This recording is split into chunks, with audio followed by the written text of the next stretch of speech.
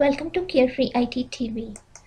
Today we will be concluding our ongoing Outlook how-to series with 10 quick tips on Outlook 2010 that will help you enhance your experience with working with Outlook in your daily routine. We will be covering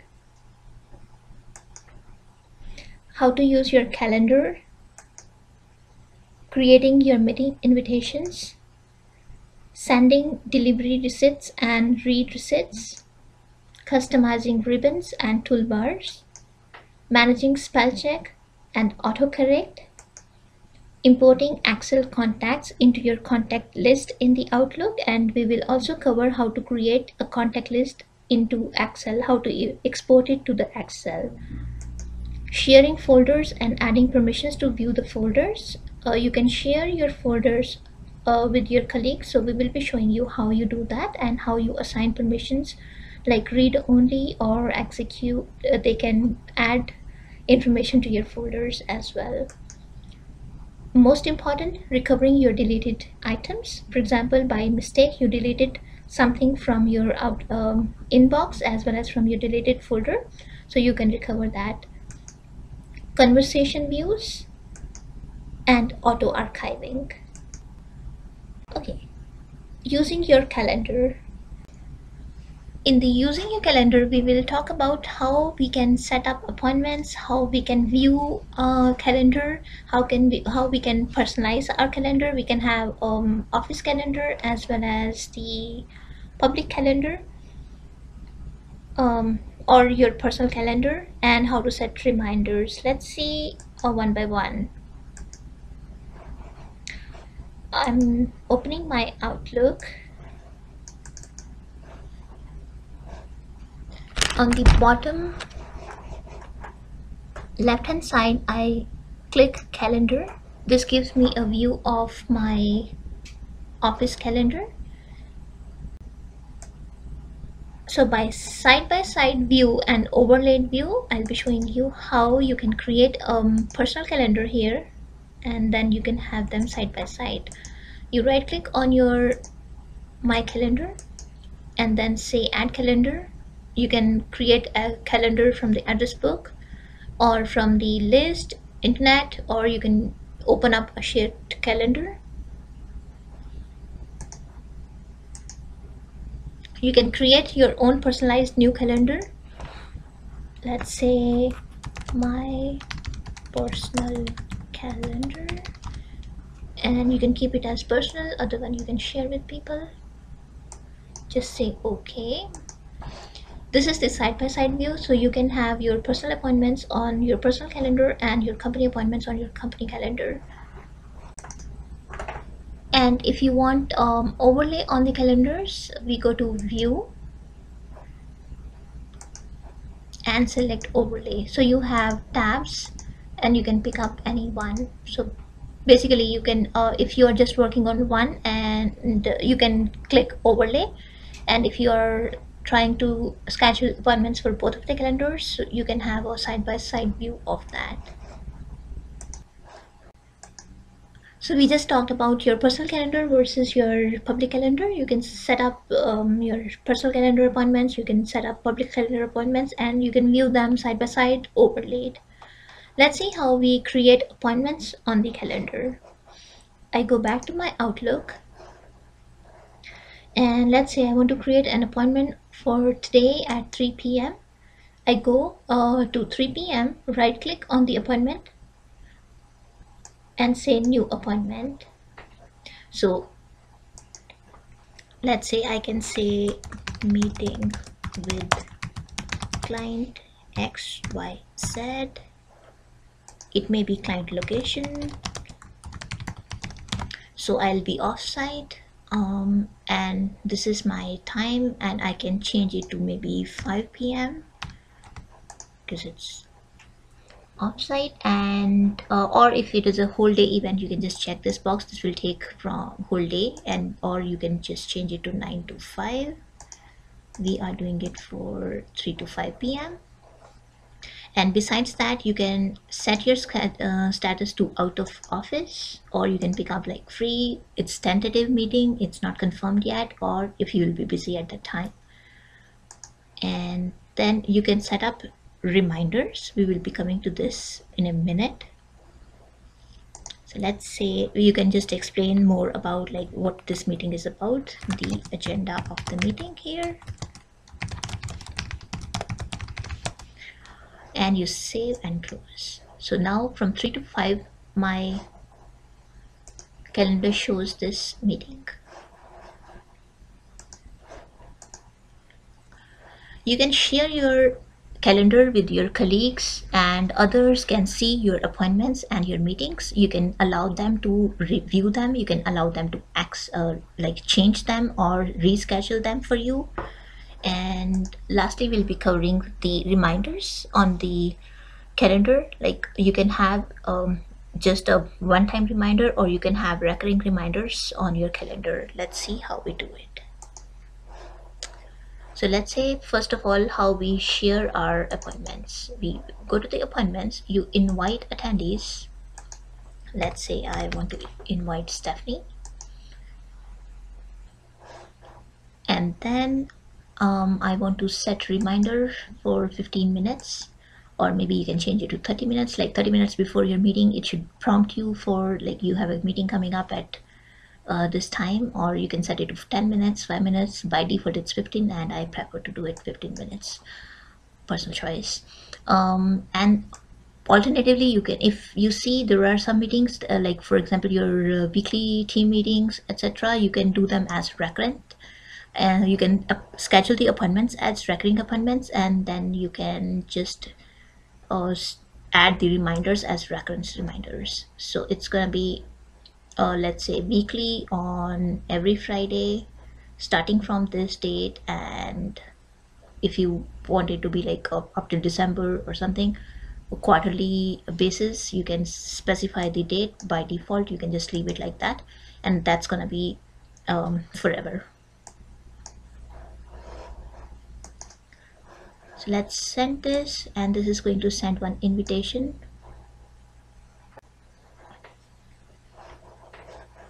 Let's say how we share our calendar. Let's say my office calendar I want to share.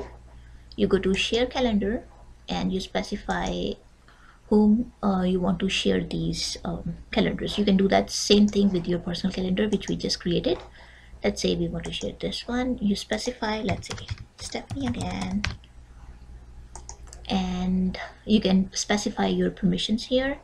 Recipient can add, edit, or delete items in the calendar. So you are providing them, checking this box will provide them with the access not only to view but to edit them for you as well. And you send it over.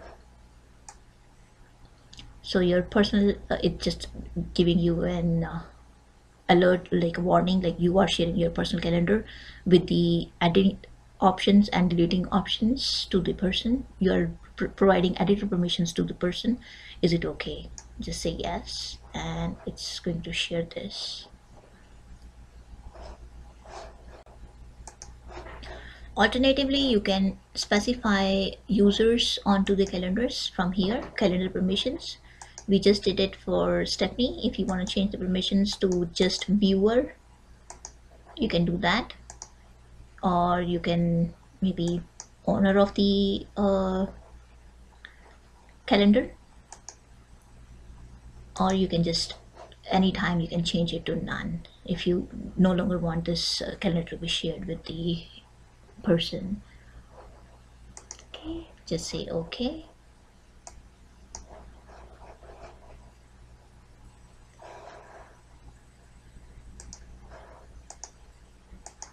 Next, let's see how we create meeting invitations. You can set up appointments, and you can set up meetings. Let's see what the difference is between these two and how do we set the meetings up. You go to new meeting, you specify the person who will be attending this meeting.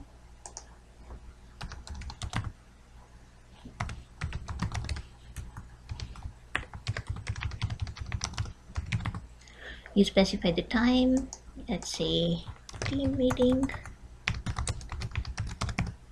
and location will be conference room.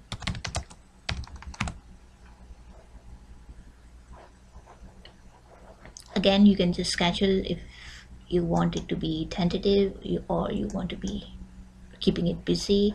You can create a recurring meeting appointment, and you can set up reminders like 15 minutes or recurring reminders, and you can send it. And this is how it will show up as a reminder. So I just created one for like within next 15 minutes. So it says you have a team meeting due in 12 minutes. So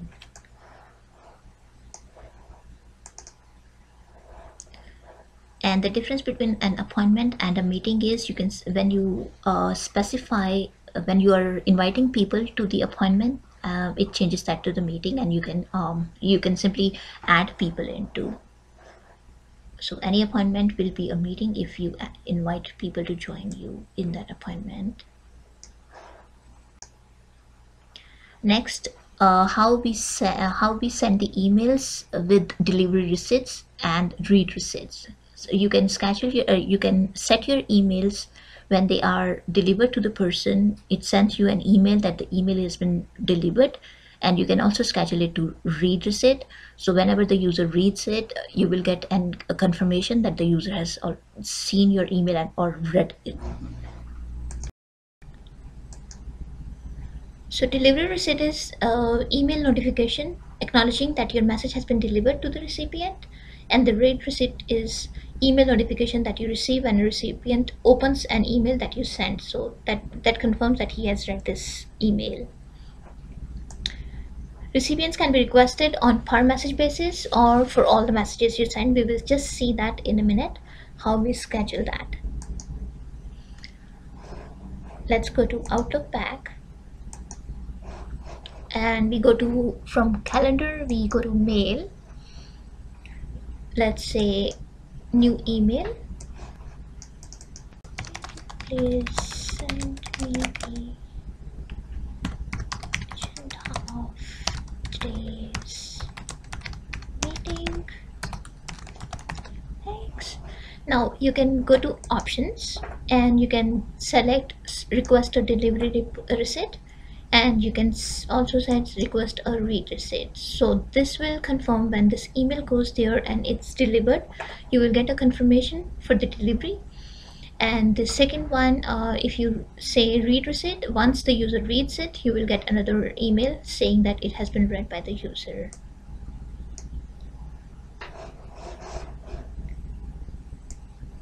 And you can also do it for all your emails. You go to file, options, mail, and you need to go all the way down where it says tracking. So you can select this option for the delivery. What this will do is, any email message that you send will automatically have this option checked. So it will give you a confirmation on the delivery of the email, and if you keep this box as checked, it will always send you one confirmation after the recipient views it. Okay, let's see if we received delivery report, and this is how it shows up. Your message has been delivered to the following recipients. So this email has been delivered to his inbox, and it has yet to be read. Once he reads it, we will get another email confirming that it has been read by the recipient.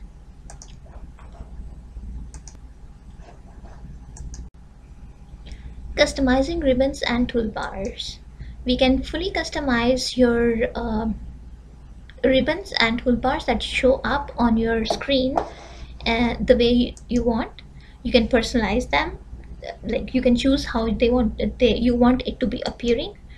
For example, if you want to create a custom tab and custom groups to contain many frequently used commands. For example, let's say you go to file,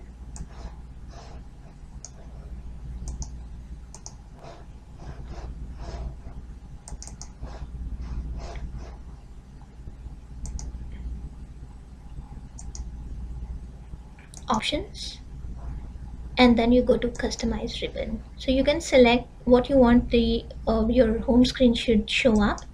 Let's say you don't want send and receive to show up, or let's say you don't want folders to show up, you don't want any add-ins to show up, and just say okay. So now we are left with file, home and view tabs. And if you want to change it to, go to customize tab. Let's say you want to send and receive, folders, add-ins, and let's say my ESET Outlook plugin. Or if you want your meetings to show up, you can add them here. So you can pick up anything from this side and you can move them over. And now it's showing like file, home, send and receive, which we picked, folder, view, and the ESET. You can also customize your quick access toolbar, which is right on the top. This one, for example, you want the new email to show up here, or you want any other buttons to show up here, or you don't want any of these to show up, you can customize that. You go to file, options, quick access bar. So let's say we don't want new email to show up, we can remove that, or you want delete to show up on that side, you want print to show up on, like a printer to show up for printing, quick printing, and let's say okay. So this will update your quick access bar. So we no more have the new email toolbar here, but we do have print showing up and the delete showing up. So you can customize the way you want to.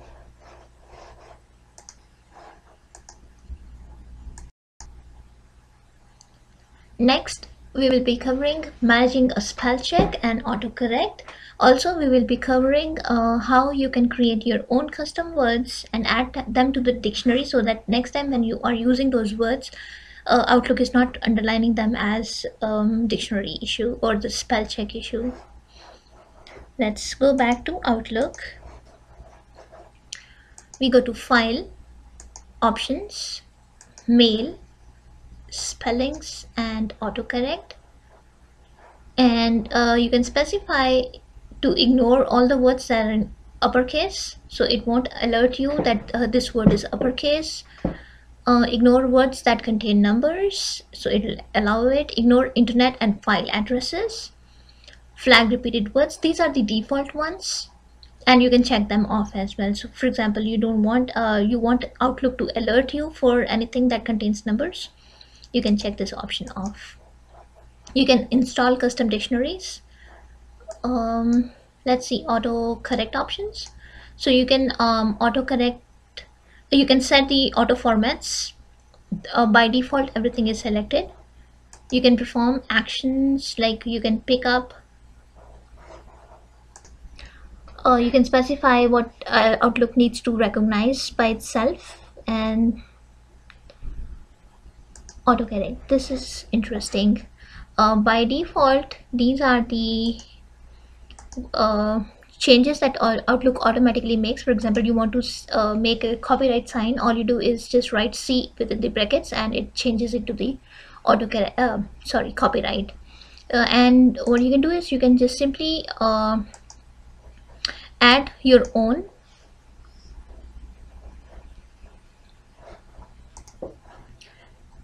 Let's say I want every time I type exclamation sign in the brackets, it should type wow. I can add this, I can customize it, so every time in my Outlook, whenever I type in the email this, it'll automatically change it, replace it with the wow. Besides that, you can specify the Outlook to do these kind of actions by itself. For example, you want to capitalize the name of the days, you wrote Sunday and the S is small, it will autocorrect it to capital S. You can capitalize the first letter of the if you create any table and you want the cell's first letter to be capitalized, you can do that. By default it's checked, you can uncheck also. And we do have some functions for the maths, a whole bunch.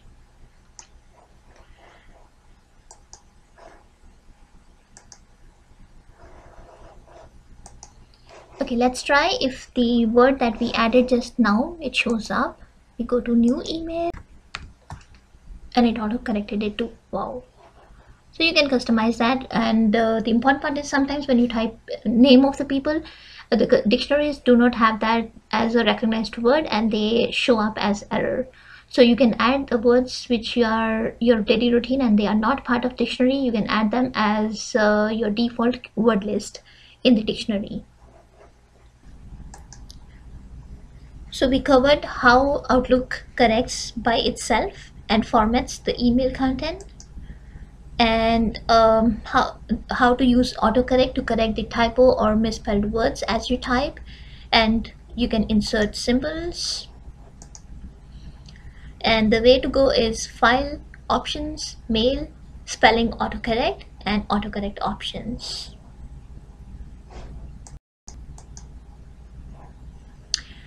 Next, importing Excel contacts into the contact list in Outlook.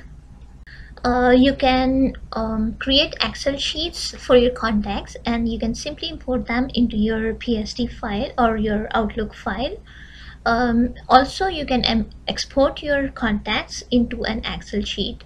We will show you both of the ways. First of all, we will be covering how we can create a contact list.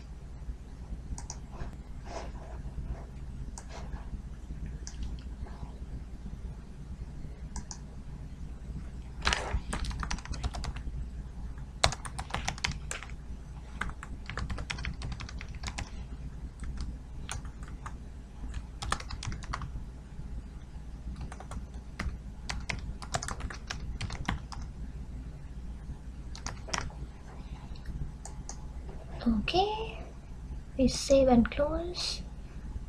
Go to contacts, file, open. So first we will show you how we export our contacts to Excel sheet, and then we will import the contacts from Excel sheet to the Outlook. Right now we are exporting it, so we pick export to a file, next, and Excel 97 to 2003 compatible version, and contacts, and let's say my file name is book3 or contacts 3 or anything, and I'm saving that on the desktop, but you can always browse and put them on wherever you like. Export contacts to the from the folder to the contacts Excel sheet. Just say finish. So now my all three contacts are moved to an Excel sheet which will be on my desktop with the name book3.xls, and now I am importing them. Let's clean this out. So I have nothing in my suggested contacts. This is my second contact list, and let's import them and see how we import them. Open, import from another file or program. Next, my file is Excel. Next, and here I specify which file I'm moving. So I have three contacts which I just exported. Say OK, and replace duplicates with the items imported. So my new contacts, if there are same contacts, so the new information will be updated if you pick this option. Do not import duplicate items means if you feel that the name is same, then it doesn't import them. If all the fields are same, it will not import them. Or allow duplicates will allow the duplicates, so it will have multiple entries for the same name or the same profile. Just say next, and this time I'm importing them in the suggested contacts. Next, map custom fields will tell me what I need from my Excel sheet to be imported to the contact list. Let's say first name and last name and the company name. So I just want to use these three: first name, last name, and company name. Let's say OK, finish. So my first name, last name, and company name are imported from my Excel sheet to my contact list. So I have So this didn't get imported, the designations. So you can on the basis of what you map from the Excel sheet to your Outlook contacts, you can pick up, select the information and import them into the contacts. We will be covering sharing your folders and adding permissions to view the folders. For example, you want to share one of your folder with your emails or maybe your calendar or your contacts with somebody, and you can specify the permissions like read permission, edit permission, delete permission, etc. So there are two ways to work with another person's Outlook folders. One, we can do folder sharing. You can enable another person to access one of your folders. However, the person with access to your folder cannot act on your behalf. So when he sends an email, he won't be able to send an email on your behalf. As an example, while you're on vacation, you share your folder with one of your colleagues, say Pete, and Pete will be able to view all the emails that come to your sales folder, but he won't be able to send replies on your behalf or respond to your meeting requests.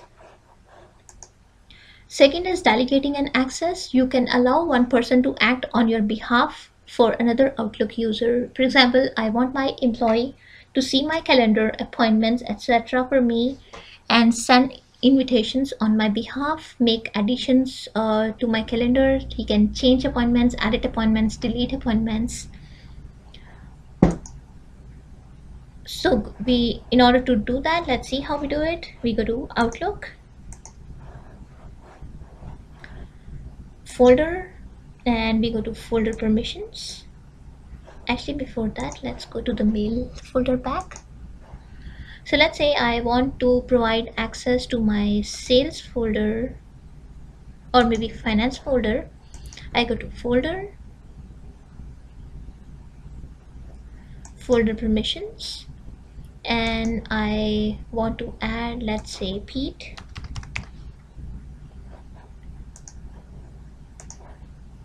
Okay. Now I can specify permissions for him. Editor, which will by default give him access to create items. I can provide him access to create subfolders within a finance folder, let's say quarterly goals, etc. And I can specify him as a folder owner. I can specify him as a folder contact. You can specify him as a complete owner of this folder, so that way he has the authorization to delete it, and or you can just say to none. So let's say editor, and he has now the permission to delete all the items. You can just say if he creates anything, he can delete it. If I create anything in there like subfolders or maybe my emails, he won't be able to delete them. So you can specify the permissions as the case may be, and you say apply. Okay. Next, let's see how we recover the deleted items. This is like most interesting one and most demanding one. Sometimes what happens is by mistake we delete email from our inbox or maybe folder, and then we clean up our trash. So we are like at that point of time we are in a panic state, like what to do. There was some important email that needs to be replied or maybe taken action on, and we don't have that email in our list anymore. Let's see how we can recover that. Yeah, there is a way to recover that. Accidents happen. With the recover deleted item feature, you can recover messages, appointments, contacts, tasks, notes, even after you emptied your deleted items folder. For example, days after I deleted my email message, I suddenly realized it contained some important information that I need. How can I retrieve it? Let's see. Okay, let's go to Outlook and inbox. Let's delete reports. We delete it, so I don't have reports in here, but it should show up in my deleted items. So on 17th 9, I had the reports email, which is now in the deleted items, and empty folder, not in the deleted items. So I don't have it in inbox, I don't have it in the deleted items. Let's see how we recover it. You go to folder, recover deleted items, and here is the email from me, subject reports, and it was deleted just a few minutes ago. So what I do is I can just select this and say recover. I go here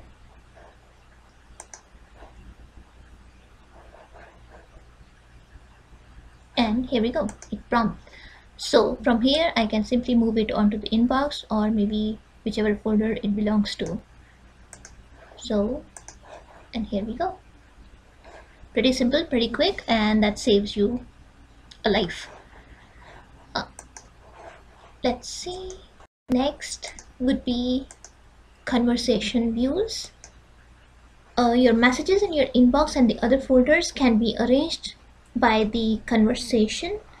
For example, the normal view of your Outlook inbox is you get the oldest on the top or newest on the top. So any email coming from anywhere, anybody, that just keeps stacking into your inbox or your folders, and you see the one which is recent one on the top of the inbox. And there is a way we can see, we can track a conversation, like for example, there was an email that went that was replied, and then to and fro there were multiple emails on that conversation or on that subject. We can have a view of the whole conversation within that email. Let's see how we set that up. Let's go to Outlook and we go to inbox, or maybe Stephanie's messages. So I have this email going to and fro within me and Stephanie, and particular example, like this is a good example to show this. We go to view, we go to show as conversation, and it asks me if I want this to be applied onto all of the folders or this particular folder. So I can select all folders if I want everything to be showing up as conversation. Sometimes it's handy. Or I can just pick up this particular folder, let's say this folder, and now this is showing me all the emails that went to and fro for this particular subject presentation. So these are the two emails that were sent, and these are the two emails that were received within this conversation. You can select it on both all the folders, you can select it on one particular folder, and you can turn it back off by just unchecking this box, and it'll ask you again if you want to turn it off for all folders or one particular folder. We applied it on this folder, so let's say this folder, and we are back to the normal view of newest email on the top. Okay, our next and foremost important tip is auto-archiving. Auto-archiving is an Outlook feature which allows us to automatically transfer or delete the old emails using the auto-archive feature.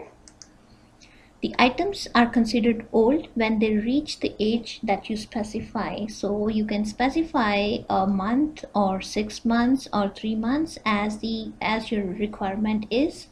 And by auto-archive settings, you can set your Outlook to archive those emails which are older than that age, and they go into your archive.psd that we will see in few minutes. In order to archive, first let's go to Outlook,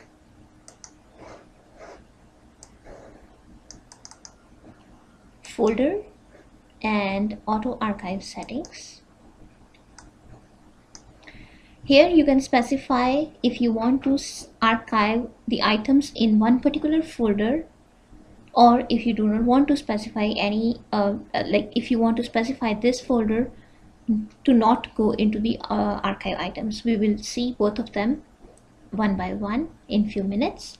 First of all, let's see how we can set a folder or multiple folders to auto archive. You pick up the second option, which is archive the items in this folder using the default settings, and you can change the default settings So you can specify the auto archive to run maybe in 14 days or 30 days or more. You can ask the Outlook to prompt you when the auto archive runs, and during the auto archive you can specify if you want to delete the expired items for the email folders.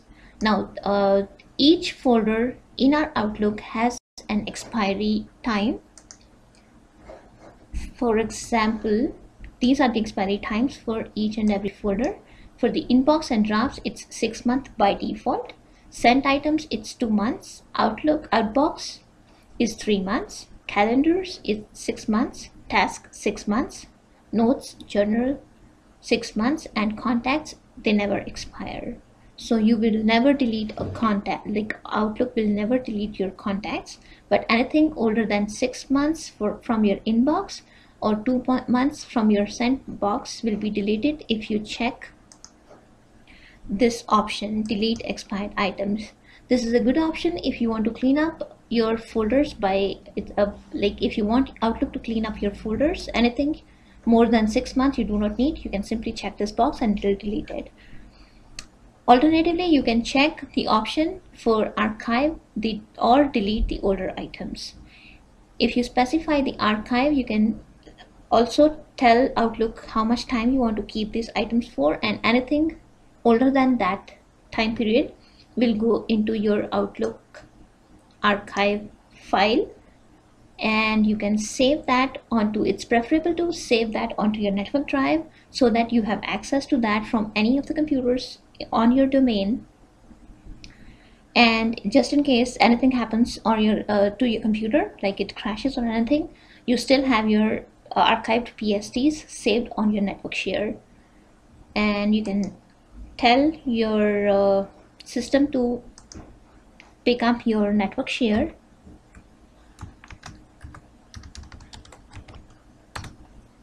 which will be your shared drive, and you can save the archive.pst on your shared user share folder. Now if you select the archive, you can specify the same settings for all of the folders by clicking this box, apply these settings to all the folders, which means it will apply this specified settings to all the folders that are available in your Outlook.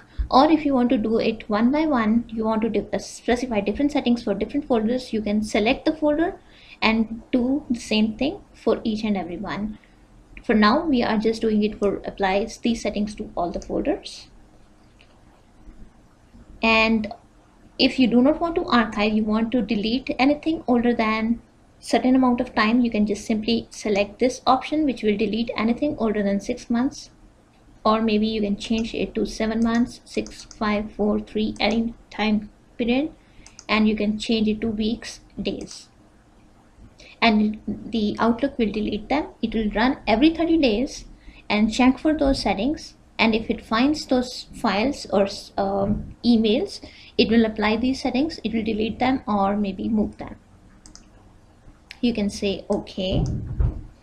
And if you want one particular folder to not get these settings, we can do that as well. Let's say this is my folder which I do not want to archive. I just want to keep all the emails that it has, maybe for years, like 1 year or 2 years. I can keep all my emails, important emails, in this folder, and that will always be there.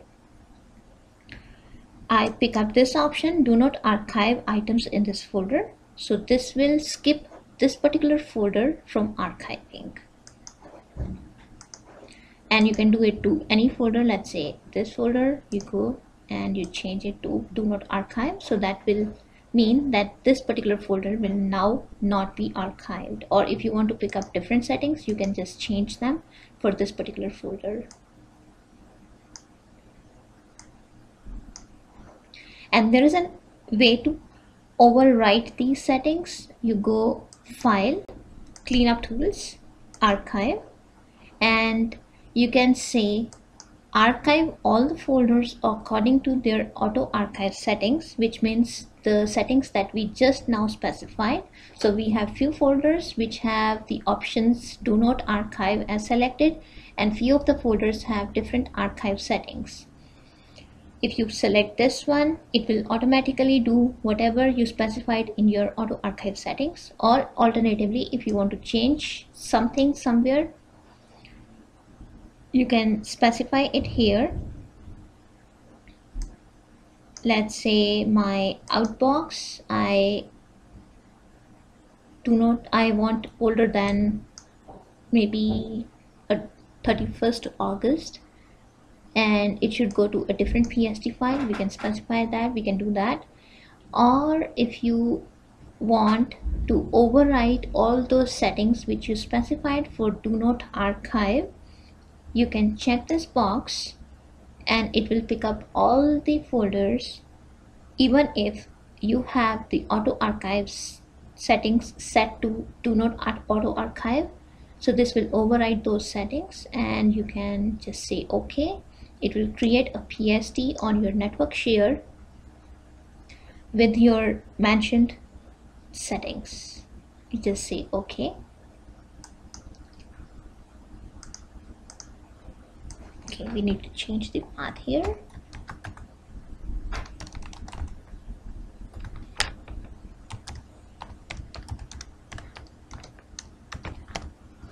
And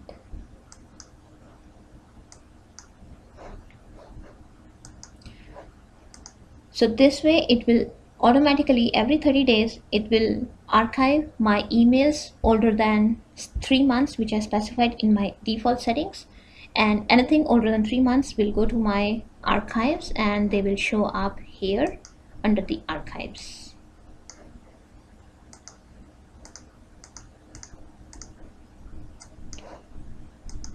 This wraps up our Outlook tutorial series.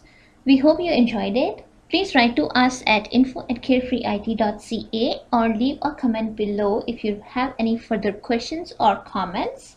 Stay tuned for our next tutorial next week on mail merge feature in Office. Thank you and have a very good day.